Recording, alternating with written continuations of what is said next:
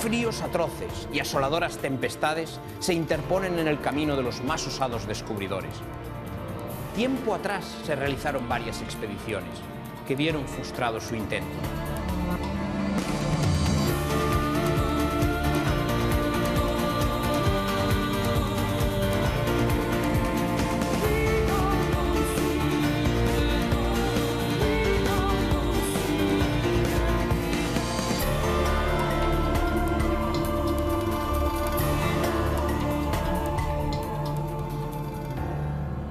Hola, benvinguts al programa. És possible anar més enllà, arribar a fer allò que semblava un impossible? Planeta Blanc, el documental d'avui, és una demostració de com la voluntat pot fer superar molts obstacles i retrata la primera expedició de discapacitats físics que conquista el pol sud geogràfic, sense ajuda externa. Un documental que parla de la superació de les barreres mentals, més que no pas les físiques, i que mostra la capacitat de treballar en equip, de superació i de respecte al medi ambient. Basat en el testimoni de 3 protagonistes, aquesta és una història humana, el retrat d'una aventura que ens demostra la gran capacitat de sobrepassar els límits. Planeta Blanc, el nostre pol sud.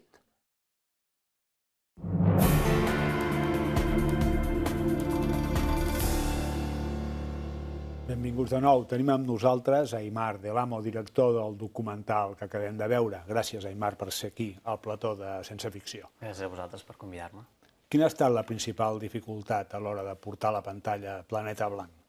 Bé, com tots els documentals, la dificultat més gran sempre és trobar el finançament, de poder aixecar el projecte per poder assolir el documental de dalt a baix. Però en aquest cas també es tracta d'explicar un esforç bastant considerable d'arribar al pol sud. En aquest sentit, quina és la complexitat del rodatge d'una expedició d'aquestes característiques?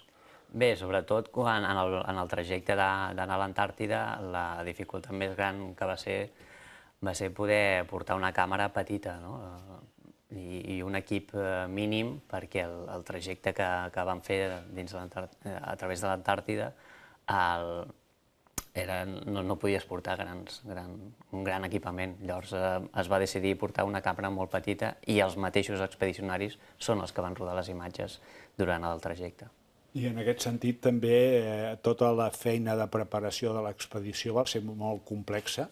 Sí, això ho vaig anar descobrint després, degut a que jo en el projecte, a l'hora de fer el documental, aterrisso després que s'ha acabat l'expedició, i al començar a estirar d'arxiu i a veure què havien anat rodant, qui havia anat capturant aquesta història, vaig descobrir que sí, que havia estat un procés molt llarg. L'expedició és del 2009, però aquest procés arranca el 2007, i des del 2007 van començar fent entrenaments, van anar compactant l'equip que finalment és el que arriba al Pol Sud.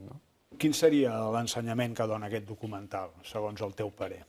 Sí, jo crec que el documental ha aconseguit traslladar al públic la pregunta de quin és el teu pol sud, quina és la meta que desitges conquistar i que mai t'has atrevit a fer.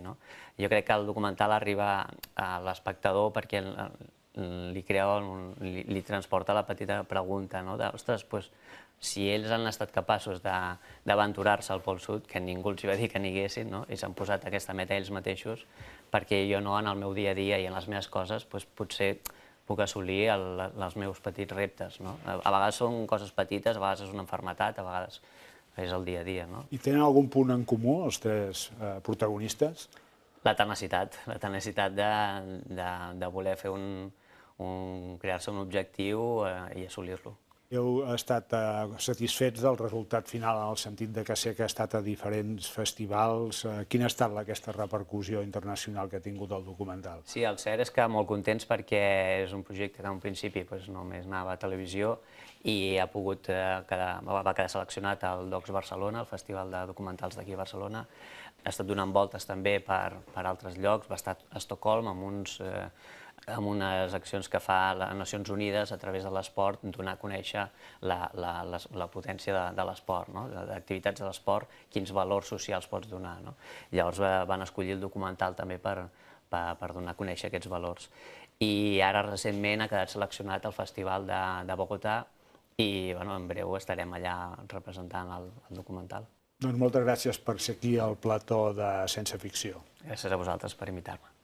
I a vostès esperem la setmana que ve, com sempre, amb un nou documental.